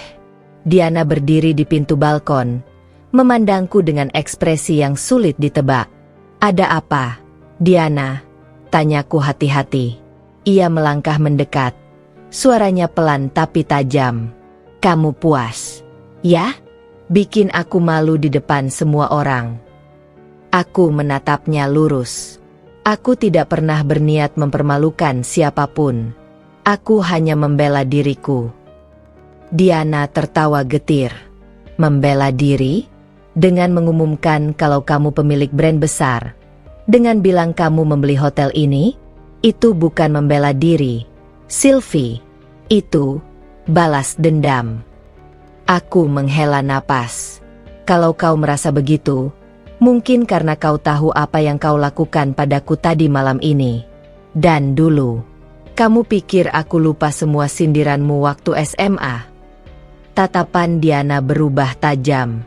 Jadi memang itu alasanmu. Kamu simpan dendam sejak dulu, lalu sekarang kamu balas. Tidak, jawabku tegas. Aku tidak menyimpan dendam. Aku hanya ingin kalian berhenti melihatku sebagai bahan tertawaan. Aku ingin kalian tahu, Aku bukan Sylvie kecil yang bisa diinjak-injak lagi. Diana mendekat lebih jauh. Kini hanya berjarak 1 langkah dariku. Wajahnya pucat, tapi matanya menyala. Kamu selalu bikin aku kesal, Sylvie. Dari dulu. Kamu tahu kenapa? Aku mengerutkan kening. Kenapa? Karena meski kamu terlihat biasa-biasa saja, selalu ada orang yang membelamu. Guru, teman, bahkan sekarang Randy. Kamu nggak pernah benar-benar sendirian. Sementara aku harus berjuang sendirian untuk jadi yang terbaik. Aku terdiam. Kata-katanya menusuk, karena di balik nada penuh kebencian itu, ada luka yang belum sembuh. Aku capek, Sylvie. Suara Diana bergetar. Capek selalu dibandingkan. Capek harus selalu terlihat sempurna. Kamu pikir aku bahagia dengan semua yang aku pamerkan ini? Tidak. Aku hanya takut kalau suatu hari orang tahu aku sebenarnya tidak lebih baik dari mereka. Aku menatapnya lama. Untuk pertama kalinya malam ini, aku melihat Diana bukan sebagai musuh, tapi sebagai manusia yang rapuh. Diana, suaraku melembut. Kamu tidak perlu membuktikan apa-apa dengan menjatuhkan orang lain. Kalau kamu bahagia dengan hidupmu, itu cukup. Tapi kalau kamu tidak bahagia, kamu tidak bisa terus sembunyikan itu dengan berpura-pura di depan orang lain. Matanya berkaca-kaca. Ia menoleh sebentar ke arah lampu kota, lalu menatapku lagi dengan getir. Kamu mudah bilang begitu karena kamu sudah punya segalanya. Aku cuma punya gengsi. Aku mendekat 1 langkah, menepuk lengannya perlahan. Kalau memang gengsi itu yang bikin kamu terjebak, lepaskan. Hidupmu akan lebih ringan. Diana menggeleng cepat, lalu mundur selangkah. Air matanya hampir jatuh, tapi ia buru-buru menghapusnya. Aku nggak bisa. Aku sudah terlalu jauh. Orang-orang sudah lihat aku sebagai sosok sempurna. Kalau aku runtuh, semua akan menertawakan aku. Sama seperti mereka menertawakanmu tadi. Aku menghela napas dalam. Diana, kamu salah. Mereka menertawakan karena kamu mengajarkan mereka untuk menertawakan orang lain. Tapi kalau kamu menunjukkan keberanian untuk jujur, mereka akan belajar menghormatimu. Ia menunduk, menggigit bibirnya, lalu berbalik menuju pintu. Sebelum pergi, ia berbisik, "Kamu menang malam ini, Sylvie. Tapi jangan pikir ini selesai. Aku nggak akan kalah begitu saja." Aku terdiam sendirian di balkon, menatap punggungnya yang menghilang di balik pintu. Ada rasa lega karena aku berhasil mengatakan apa yang seharusnya kukatakan sejak dulu. Tapi ada juga rasa waspada. Aku tahu Diana. Kata-kata terakhirnya bukan ancaman kosong. Di balik segala luka dan air matanya, ia masih Diana yang sama. Seseorang yang tidak akan rela melihat orang lain berdiri lebih tinggi darinya. Dan aku harus bersiap. Karena pertarungan ini baru saja masuk ke babak yang lebih dalam. Bukan lagi soal ejekan, tapi soal luka lama yang mungkin akan menyeretku lebih jauh daripada yang kuperkirakan. Aku kembali ke dalam ballroom dengan perasaan campur aduk setelah percakapan singkat di balkon tadi. Musik masih mengalun, orang-orang masih tertawa, tapi ada sesuatu di dalam diriku yang tidak lagi sama. Kata-kata Diana masih menggantung di kepalaku, terutama saat ia mengaku capek berpura-pura sempurna. Meski ia sempat menampakkan sisi rapuhnya, di akhir ia tetap memilih kembali memakai topengnya. Dan aku tahu, topeng itu tidak akan dilepas begitu saja. Aku duduk lagi, mencoba larut dalam obrolan dengan beberapa teman lama. Tapi pikiranku melayang jauh. Tiba-tiba, kenangan masa SMA bermunculan begitu saja. Aku ingat jelas saat-saat aku diejek di kelas karena sepatuku yang lusuh. Dianalah yang pertama kali menunjuk sepatuku dengan tawa keras. Lalu seluruh kelas ikut tertawa. Aku juga ingat ketika aku terlambat membayar uang kas. Aku hanya bisa menunduk malu, dan Diana bersuara lantang. "Sylvie, kalau kamu nggak mampu, bilang aja. Nanti kita patungan buat kamu." Kalimat itu membuat semua orang tertawa. Padahal aku tahu maksudnya bukan menolong, melainkan merendahkan. Saat itu, satu-satunya orang yang duduk di sampingku, tanpa tertawa, hanyalah Randy. Ia bahkan menepuk bahuku dan berkata, "Nggak apa-apa, Enam. Aku bantuin bayar." Aku melirik Randy malam ini. Ia sedang tertawa kecil bersama beberapa teman, tapi sesekali matanya melirik ke arahku, seolah memastikan aku baik-baik saja. Tatapan itu sama seperti bertahun-tahun lalu, hangat, tulus, tanpa penilaian. Aku tersenyum tipis. Mungkin benar, aku tidak pernah benar-benar sendirian. Tapi ada satu bayangan masa lalu yang lebih kelam, yang selalu kuusahakan untuk kulupakan. Sesuatu yang melibatkan bukan hanya Diana, tapi juga Randy. Itu terjadi di tahun terakhir SMA. Aku masih ingat, ada gosip beredar bahwa Randy pernah menyukaiku diam-diam. Aku tidak tahu dari mana gosip itu muncul, tapi gosip itu cepat menyebar. Dan siapa yang memulainya? Diana. Ia dengan bangga mengatakan di depan kelas. Kalian tahu nggak? Randy katanya naksir Sylvie. Hahaha, bisa-bisanya cowok keren suka sama cewek kuper begitu. Seluruh kelas tertawa. Wajahku panas. Aku ingin menghilang saat itu juga. Randy sendiri waktu itu tidak membantah, tapi juga tidak membenarkan. Ia hanya diam, wajahnya memerah. Gosip itu membuatku semakin jadi bahan olokan. Pacarnya Sylvie datang tuh. Randy, beneran suka sama dia? Apa nggak ada pilihan lain? Aku masih ingat malam-malam aku menangis di kamar, bertanya-tanya apakah benar aku pantas dicintai seseorang, atau semuanya hanya lelucon. Sejak saat itu, aku menjaga jarak dengan Randy. Bukan karena aku membencinya, tapi karena aku takut gosip itu membuatnya ikut dipermalukan. Kini, bertahun-tahun setelah itu, aku kembali menatap Randy. Apakah ia masih ingat semua itu? Apakah ia tahu bahwa gosip yang disebarkan Diana waktu itu meninggalkan luka begitu dalam bagiku? Aku tidak tahu. Tapi satu hal yang pasti, masa lalu itu belum benar-benar hilang. Aku memutuskan keluar sebentar lagi. Kali ini ke lobi hotel. Aku butuh menjauh sejenak dari hingar-bingar. Namun, langkahku terhenti ketika kudengar suara-suara dari balik dinding kaca dekat tangga. Suara itu familiar. Diana dan Ratna. Aku nggak habis pikir. Erate. Suara Diana terdengar lirih tapi tegas. Kenapa Sylvie bisa berubah sejauh itu? Aku yang dari dulu selalu jadi pusat perhatian, tapi sekarang semua mata tertuju ke dia. Ratna mencoba menenangkan. Ya sudah, biarin aja. Kamu tetap Diana yang kita kenal. Semua orang tahu kamu sosialita. Nggak ada yang bisa gantikan itu. Tapi kamu nggak ngerti. Diana membalas cepat. Aku punya sejarah sama dia. Aku yang bikin dia malu berkali-kali. Aku yang selalu pastikan dia tetap di bawahku. Kalau sekarang dia lebih tinggi dariku, itu berarti aku kalah.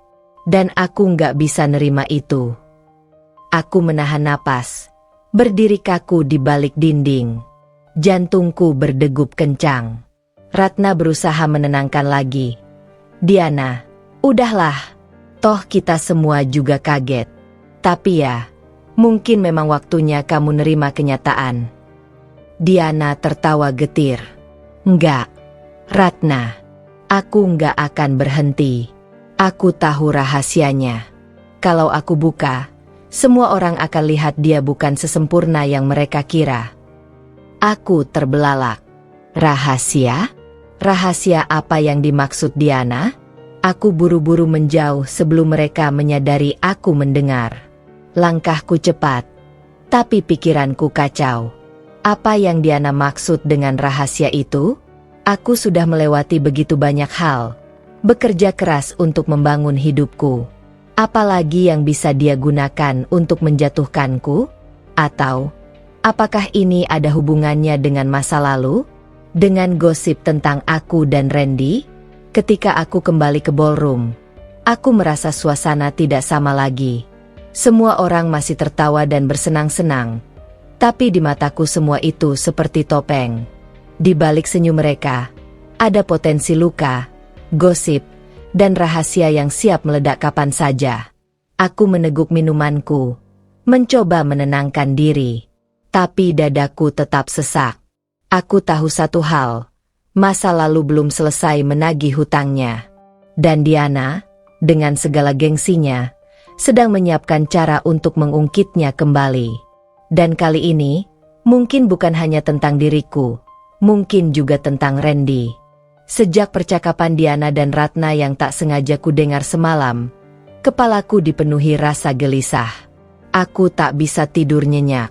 Kata-kata Diana terus bergema. Aku tahu rahasianya. Kalau aku buka, semua orang akan lihat dia bukan sesempurna yang mereka kira. Aku mencoba berpikir, rahasia apa yang bisa ia maksud?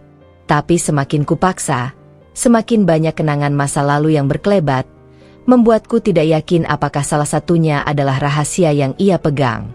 Pagi harinya, aku memutuskan kembali ke rumah sebelum matahari terik. Meski tubuhku letih, aku memaksakan diri membuka laptop dan menatap deretan laporan penjualan. Biasanya angka-angka itu membuatku tenang, tapi kali ini tidak. Pikiranku terus melayang pada ancaman Diana. Sore hari, sebuah pesan WhatsApp masuk ke ponselku. Nomor yang tak kusimpan. Pesan itu hanya berisi, "Hati-hati, dia akan buka aibmu malam ini, teman lama."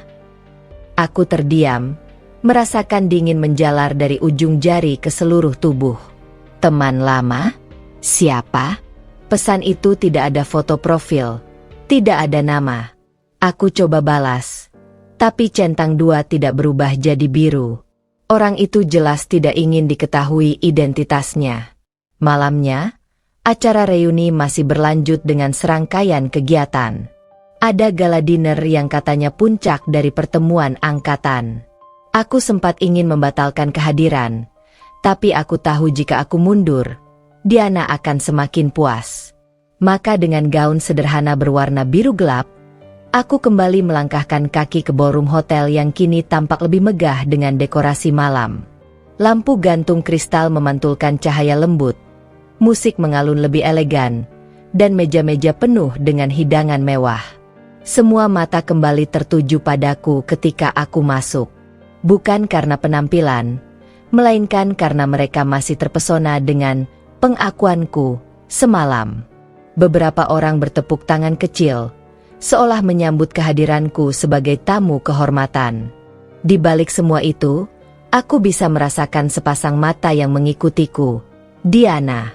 Acara berjalan dengan sambutan, tawa, dan nostalgia. Namun aku tidak bisa berkonsentrasi. Aku tahu Diana akan melakukan sesuatu malam ini. Dan aku tidak salah. Saat sesi bebas, Diana berdiri dengan mikrofon di tangannya. Suaranya lantang, penuh percaya diri seperti biasa. Teman-teman, aku senang sekali kita bisa berkumpul di sini. Kita semua punya cerita masing-masing setelah lulus. Ada yang jadi dokter, pengusaha, ada juga yang masih cari jati diri. Dan tentu saja, ada yang sukses besar seperti Sylvie. Semua orang menoleh ke arahku. Aku mencoba tersenyum, meski jantungku berdebar. Tapi, lanjut Diana, apakah kalian tahu, kesuksesan itu kadang berawal dari sesuatu yang tidak kalian sangka? Dari masa lalu yang penuh rahasia. Ruangan mulai hening. Diana berjalan ke tengah, menatapku dengan senyum penuh arti.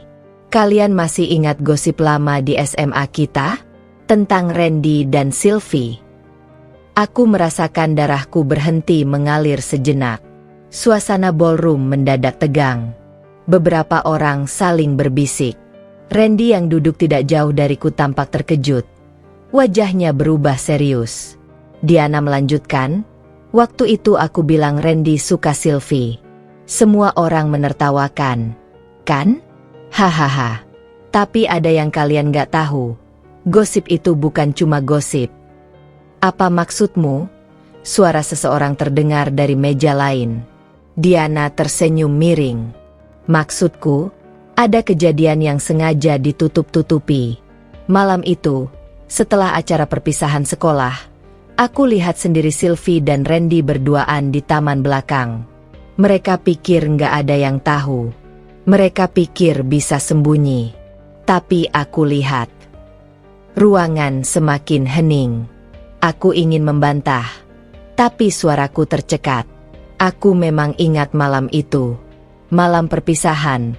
Setelah semua acara usai, aku pergi sebentar ke taman belakang sekolah. Aku menangis sendirian. Merasa tertekan dengan semua gosip. Tiba-tiba Randy datang. Membawa sebotol air mineral. Lalu duduk di sampingku. Jangan pedulikan mereka, katanya waktu itu. Mereka cuma iri karena kamu beda. Aku terisak. Dan tanpa sadar, aku bersandar di bahunya. Randy hanya diam. Membiarkanku menangis. Tidak ada yang lebih dari itu. Tidak ada yang perlu dipermalukan.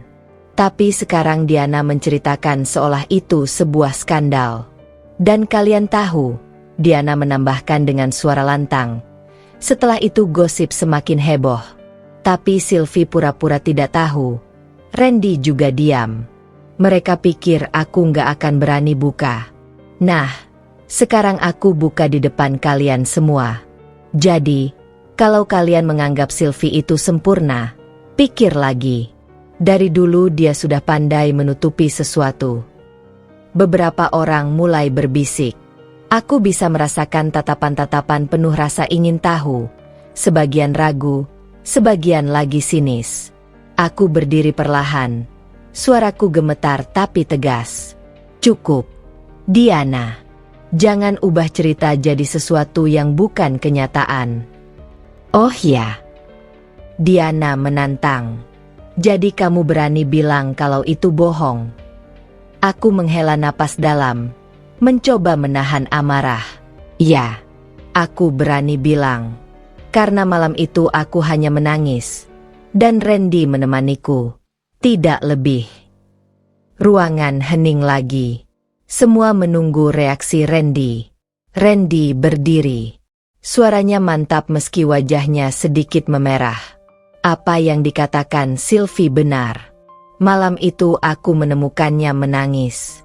Aku hanya menemani. Tidak ada yang lebih. Kalau ada yang bilang lain, itu fitnah. Suara Randy memenuhi ruangan, membuat semua orang terdiam. Diana terlihat kaget. Jelas ia tidak menyangka Randy akan membelaku dengan gamblang. Tapi aku tahu, meski Randy sudah meluruskan, benih-benih keraguan sudah tertanam di sebagian pikiran teman-teman. Diana tersenyum sinis. Meletakkan mikrofon. Percaya atau tidak, itu urusan kalian. Yang jelas, aku sudah mengatakan apa yang aku lihat. Aku kembali duduk, tapi dadaku bergemuruh. Aku tahu ini baru permulaan. Diana tidak akan berhenti di sini. Aku menoleh ke arah Randy. Ia menatapku, lalu berbisik. Tenang, aku ada di pihakmu. Kalimat itu membuatku sedikit lega, tapi sekaligus takut. Karena aku tahu, semakin Diana merasa terpojok, semakin berbahaya cara yang akan ia gunakan. Dan malam ini, rahasia yang ia ungkit hanyalah pintu pertama menuju luka yang lebih dalam. Aku tidak pernah menyangka sebuah reuni sekolah bisa berubah jadi ajang adu harga diri. Malam itu, setelah Diana mengungkit gosip lama, suasana ballroom masih tegang. Semua orang tampak canggung. Ada yang berpura-pura sibuk dengan makanan, ada yang berbisik-bisik, ada pula yang terus melirikku dengan tatapan penuh rasa ingin tahu. Aku tersenyum tipis, mencoba terlihat tenang. Tapi di dalam hati, aku bergemuruh. Aku tahu betul permainan Diana. Ia tidak sekadar ingin mengingatkan masa lalu, Ia ingin mencoreng wajahku di depan orang-orang. Saat musik kembali diputar oleh band pengiring, beberapa orang mencoba berdansa untuk mencairkan suasana. Aku memutuskan keluar sebentar, menghirup napas panjang di koridor hotel. Tapi ternyata, Diana mengikuti langkahku. "Sylvie!" Suaranya tajam memanggilku. Aku berhenti, menoleh. Ia berdiri dengan gaun merahnya, wajahnya penuh dengan api kemarahan. "Apalagi, Diana?" tanyaku, menahan kesal. "Beraninya kamu bantah aku di depan semua orang," katanya. "Kamu pikir aku diam? Kamu pikir aku nggak bisa buka semua hal yang aku tahu tentangmu?" Aku melipat tangan di dada. "Kalau memang kamu punya sesuatu, buka saja. Aku tidak akan lari." Diana mendekat. Suaranya merendah, hampir berbisik. "Kalau aku buka semua, kamu bisa jatuh. Semua orang akan tahu kalau Sylvie yang kelihatan sempurna ini punya masa lalu memalukan. Kamu mungkin kaya, kamu mungkin sukses, tapi aku bisa bikin orang lain meragukanmu." Aku menatapnya tajam. "Diana, dengar baik-baik. Hidupku tidak akan runtuh hanya karena omonganmu. Kalau aku bisa bangkit dari ejekanmu dulu, aku bisa bangkit lagi kalaupun kau menjatuhkanku sekarang." Ia tertawa miring. "Kamu selalu merasa kuat, ya? Tapi aku tahu, di dalam dirimu, kamu masih anak SMA yang menangis di belakang sekolah." Kata-katanya menohok, tapi aku menolak memperlihatkan kelemahan. Kalaupun aku menangis, itu karena aku manusia. Bedanya, aku tidak menyembunyikan tangis itu di balik barang-barang mewah. Wajah Diana berubah. Ia menggertakkan gigi, lalu berkata lirih, "Aku tidak akan biarkan kamu ambil semua sorotan dariku." Suara langkah kaki terdengar. Randy muncul dari arah ballroom. Wajahnya tegang. "Cukup, Diana," katanya lantang. "Kalau kamu terus ganggu Sylvie, aku yang akan berdiri di depannya." Aku terkejut. Diana jelas lebih terkejut lagi. Ia mendengus sinis. "Randy, jangan bilang kamu masih bela dia. Dari dulu kamu memang gak bisa lepas dari bayangannya, ya?" Randy tidak goyah. "Aku tidak peduli apa kata orang. Aku tahu siapa Sylvie. Dia lebih tulus daripada siapapun yang pernah aku kenal. Dan aku akan selalu dukung dia." Suasana jadi semakin panas. Diana menatap Randy dengan mata berkaca-kaca. "Jadi benar? Kamu memang selalu lebih memilih dia daripada aku? Bahkan setelah semua yang aku lakukan untukmu?" Aku menahan napas. Baru kali ini aku mendengar Diana berbicara seperti itu. Ada luka dalam suaranya. Randy menggeleng pelan. "Diana, aku tidak pernah memintamu melakukan apapun untukku. Kamu sendiri yang memilih jalurmu. Tapi berhenti menyalahkan orang lain karena kamu tidak bahagia." Diana tertawa pahit. Ia menatapku penuh kebencian. "Kamu pikir kamu menang malam ini, Sylvie? Tidak. Pertarungan ini belum selesai. Aku akan pastikan semua orang tahu sisi gelapmu." Aku menatap balik. Suara tegas keluar dari bibirku. "Kalau kamu pikir aku takut, kamu salah. Justru aku siap menghadapi semua yang kamu katakan. Karena aku tidak punya apapun yang perlu disembunyikan." Untuk pertama kalinya sejak reuni dimulai, aku merasa benar-benar berdiri tegak. Tidak lagi sekadar bertahan, tapi menantang. Orang-orang mulai berdatangan ke koridor. Rupanya mendengar perdebatan kami. Suasana berubah seperti panggung teater. Semua mata menatap kami bertiga. Ratna mencoba mendekat, berbisik ke Diana. "Udah, cukup, jangan bikin heboh lagi." Tapi Diana menepis tangannya. "Biar semua orang dengar," teriaknya. Ia menatapku, lalu bersuara lantang. "Sylvie mungkin kaya, mungkin sukses, tapi kalian semua harus tahu, Dia bukan tanpa cacat. Dulu dia menangis. Dia jatuh. Dia pernah jadi bahan ejekan kita semua. Jadi jangan kagum berlebihan, karena dia tidak lebih baik dari kita. Aku menghela napas panjang, lalu menjawab dengan tenang. Ya, aku pernah menangis. Aku pernah jatuh. Aku pernah dihina dan diremehkan. Tapi justru itu yang membuatku berdiri di sini hari ini. Kalau kalian melihatku kuat, itu karena aku melewati semua luka itu. Dan aku tidak malu mengakuinya. Hening. Semua orang terdiam. Diana tampak kehilangan kata-kata. Randy menambahkan dengan suara lantang. Itu bedanya Sylvie dan kita semua. Dia tidak berpura-pura. Dia berani jujur tentang luka dan jatuhnya. Dan itu yang membuatnya jauh lebih hebat dari siapapun. Tepuk tangan terdengar dari ujung koridor. Disusul tepuk tangan lain. Lalu semakin ramai. Teman-teman seangkatan mulai bersorak. Sebagian memelukku, sebagian memberi semangat. Diana berdiri mematung. Wajahnya merah padam. Aku bisa lihat air mata menetes di sudut matanya. Meski ia buru-buru membalikkan badan dan berlari meninggalkan tempat itu. Aku terdiam. Perasaan bercampur aduk. Ada lega, ada kemenangan. Tapi juga ada perih melihat Diana yang rapuh meski keras kepala. Ketika orang-orang mulai bubar, Randy menatapku lama. "Kamu luar biasa malam ini," katanya pelan. Aku tersenyum lelah. Aku hanya jujur. Ia mengangguk. Lalu menambahkan, dan itu yang membuatku tidak pernah bisa berpaling darimu. Jantungku berdetak kencang. Kata-katanya sederhana, tapi maknanya begitu dalam. Aku tahu, setelah malam ini, pertarungan tidak hanya soal masa lalu dengan Diana. Akan ada babak baru, yang mungkin melibatkan hati dan perasaan. Dan aku harus siap menghadapinya. Setelah keributan malam itu, reuni terasa tidak sama lagi. Banyak teman yang memilih pulang lebih awal, sebagian tetap tinggal tapi suasana tidak lagi semeriah hari pertama. Aku sendiri memilih duduk di pojok, menenangkan diri sambil menyeruput air putih.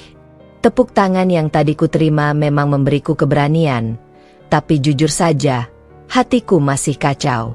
Aku tidak terbiasa jadi pusat perhatian sebesar itu. Sejak dulu aku hanya ingin hidup tenang, bekerja, dan membuktikan pada diriku sendiri bahwa aku bisa. Tapi ternyata, takdir membawaku pada panggung yang tidak bisa kuelak. Aku melihat Diana pergi dengan wajah penuh amarah bercampur air mata. Ratna mencoba menyusul, tapi Diana menepis tangannya. Aku tidak tahu kemana ia pergi setelah itu. Ada bagian diriku yang ingin mengejarnya, bicara lebih dalam, tapi aku sadar mungkin ini bukan waktunya. Diana butuh menghadapi dirinya sendiri terlebih dahulu. Sementara aku, ada sesuatu yang lain yang butuh ku jawab. Perasaan Randy. Ia menghampiriku setelah semua orang mulai beranjak. "Boleh aku antar pulang?" tanyanya pelan. Aku menatap matanya. Hangat, sama seperti bertahun-tahun lalu. Aku mengangguk. Di perjalanan, kami lebih banyak diam. Jalanan kota sudah tidak seramai tadi. Lampu-lampu jalan berkelip samar. Aku menatap keluar jendela mobil, sementara Randy sesekali melirikku. "Aku minta maaf," katanya akhirnya. Aku menoleh. "Untuk apa?" "Untuk dulu. Waktu gosip itu muncul, aku diam saja. Aku harusnya membelamu. Harusnya bilang yang sebenarnya. Tapi aku takut jadi bahan olokan juga. Jadi aku biarkan kamu tanggung semuanya sendirian." Aku terdiam, menelan ludah. Kata-katanya membuat kenangan lama kembali menusuk. Malam-malam aku menangis, merasa tidak pantas, merasa sendirian. Tapi mendengar pengakuannya sekarang, aku tidak bisa lagi marah. "Randy," kataku pelan, "itu sudah lama. Aku memang sakit hati, tapi kalau kamu minta maaf, aku terima. Dan mungkin, Aku juga harus berterima kasih. Karena rasa sakit itu yang membuatku kuat. Ia menatapku lama. Tapi aku tetap menyesal. Karena aku tahu, sejak dulu aku punya perasaan sama kamu. Dan aku nggak berani jujur. Dadaku berdegup kencang. Kata-kata itu seperti membuka pintu yang selama ini kukunci rapat-rapat.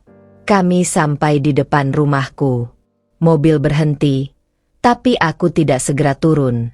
Randy mematikan mesin, lalu berbalik menatapku. "Sylvie," suaranya lirih. "Boleh aku jujur sekarang? Aku masih punya perasaan itu. Dari dulu sampai sekarang, aku tidak pernah benar-benar bisa melupakanmu." Aku tercekat.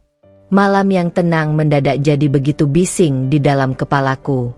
Aku tidak pernah membayangkan akan mendengar pengakuan ini lagi. Apalagi setelah bertahun-tahun. Aku menarik napas panjang. "Randy, aku tidak tahu harus jawab apa. Hidupku sekarang sudah berbeda. Aku punya tanggung jawab besar. Perusahaan, karyawan, semua yang bergantung padaku. Aku tidak lagi gadis SMA yang polos." Ia tersenyum tipis. "Aku tahu. Dan aku tidak berharap kamu menjawab sekarang. Aku hanya ingin kamu tahu, kalau selama ini, aku masih ada. Kalau kamu butuh sandaran, aku siap." Aku turun dari mobil, tapi sebelum melangkah ke dalam rumah, aku menoleh. "Randy." "Iya. Terima kasih, karena selalu ada, meski dalam diam." Ia tersenyum, lalu pergi. Malam itu aku tidak langsung tidur. Aku duduk di kamar, memandang cermin. Bayangan seorang perempuan berusia 30 tahun menatap balik. Dengan luka, dengan keberanian, dengan tanggung jawab, dan kini, dengan pilihan. Pilihan hati. Aku tidak tahu apakah aku siap membuka hati untuk Randy lagi. Tapi aku tahu aku tidak bisa mengabaikan kenyataan bahwa perasaan itu masih ada. Entah di sudut mana dalam diriku. Beberapa hari setelah reuni, berita tentang reuni heboh sempat beredar di grup WhatsApp angkatan. Banyak yang memuji keberanianku, sebagian lain mencoba menenangkan Diana yang tak muncul lagi setelah malam itu. Aku memilih tidak ikut-ikutan. Aku tahu, setiap orang punya caranya sendiri menghadapi kenyataan. Yang mengejutkan, sebuah email masuk ke inbox kantorku. Dari alamat tak dikenal. Isinya singkat.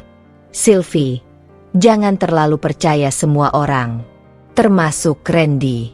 Ada hal yang harus kamu tahu tentang masa lalu seseorang." Aku menatap layar dengan perasaan campur aduk. Apa maksud pesan itu? Apakah ini ulah Diana lagi? Atau ada orang lain yang mencoba mengusik hidupku? Hatiku kembali digelayuti tanda tanya. Aku sadar, pertarungan belum benar-benar usai. Bukan hanya dengan Diana, tapi mungkin juga dengan masa lalu yang lebih kelam daripada yang kukira. Dan di tengah semua itu, aku harus menentukan, apakah aku akan terus berdiri sendiri, atau mulai percaya pada hati yang mengetuk kembali.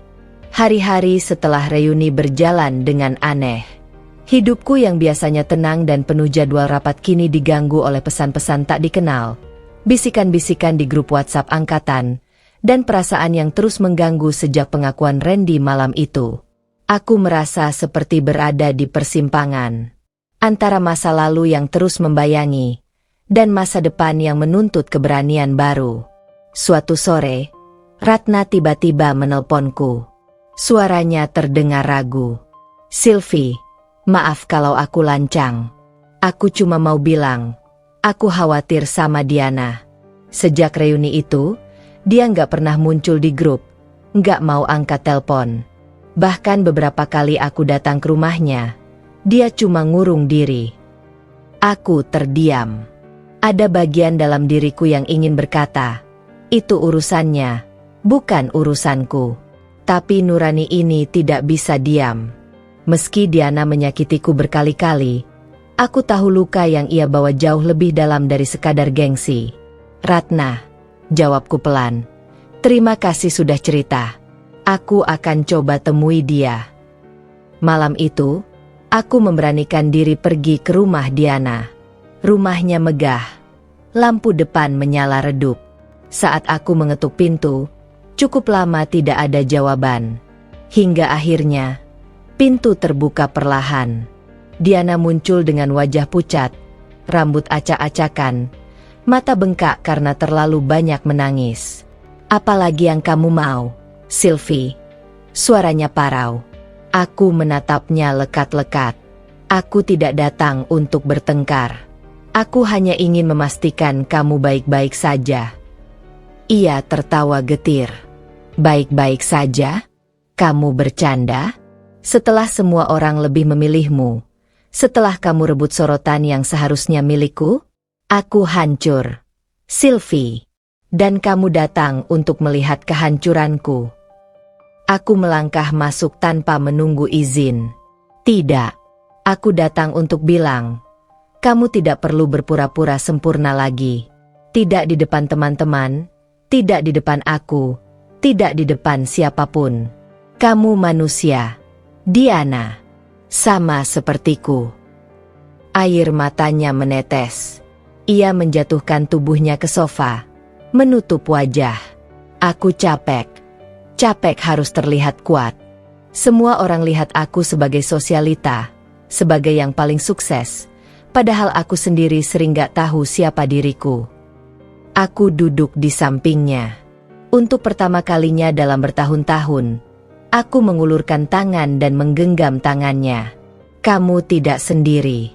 Kalau kamu mau, kamu bisa mulai lagi. Tidak ada kata terlambat. Ia menoleh. Tatapannya sayu.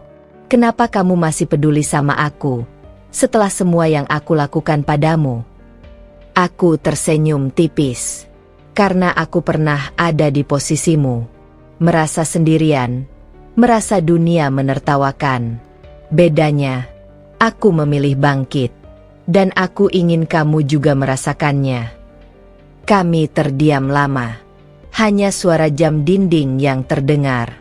Untuk pertama kalinya, aku merasa melihat Diana tanpa topeng. Seorang perempuan yang rapuh, yang butuh diterima tanpa syarat. Aku tahu, kami mungkin tidak akan pernah jadi sahabat. Tapi malam itu aku merasa sebuah bab luka di antara kami mulai ditutup. Beberapa hari kemudian, aku mendapat kabar bahwa Diana mulai berkonsultasi dengan psikolog. Ratna bilang ia terlihat sedikit lebih baik. Aku lega. Kadang, kemenangan bukan tentang membuat orang lain jatuh, tapi tentang membuat mereka berani berdiri kembali. Sementara itu, hubunganku dengan Randy berjalan pelan. Ia sering menelpon, kadang menjemputku sepulang kerja, tapi tidak pernah mendesak apapun. Ia tahu aku butuh waktu. Suatu malam, kami duduk di sebuah kafe kecil, jauh dari hiruk-pikuk kota. Lampu temaram, musik lembut mengalun. Sylvie, katanya pelan, aku tidak tahu apa yang akan kamu pilih nanti. Tapi aku ingin kamu tahu, aku akan tetap di sini. Aku tidak akan lagi diam seperti dulu. Aku menatapnya lama. Ada hangat yang merambat ke hatiku. Sesuatu yang dulu kukubur dalam-dalam tapi kini mulai tumbuh lagi. Randy, kataku pelan. Aku tidak bisa janji apa-apa sekarang. Tapi aku tahu satu hal. Aku tidak lagi takut menghadapi masa lalu. Karena kamu ada di sini. Ia tersenyum. Dan senyum itu terasa seperti rumah. Malam itu aku berjalan pulang dengan hati yang ringan. Untuk pertama kalinya, aku merasa benar-benar berdamai. Dengan masa lalu, dengan Diana, dengan diriku sendiri. Hidupku tidak akan berhenti di sini. Tantangan masih banyak, rahasia masih bisa muncul, dan perasaan ini butuh keberanian untuk dijaga. Tapi aku tahu satu hal, ini bukan akhir. Ini adalah awal baru. Awal dari hidup yang lebih jujur, lebih berani, dan lebih penuh cinta. Aku menutup buku harian kecilku malam itu dengan satu kalimat. Aku tidak lagi Sylvie yang dulu. Aku adalah Sylvie yang berdiri, memilih, dan berani membuka hati.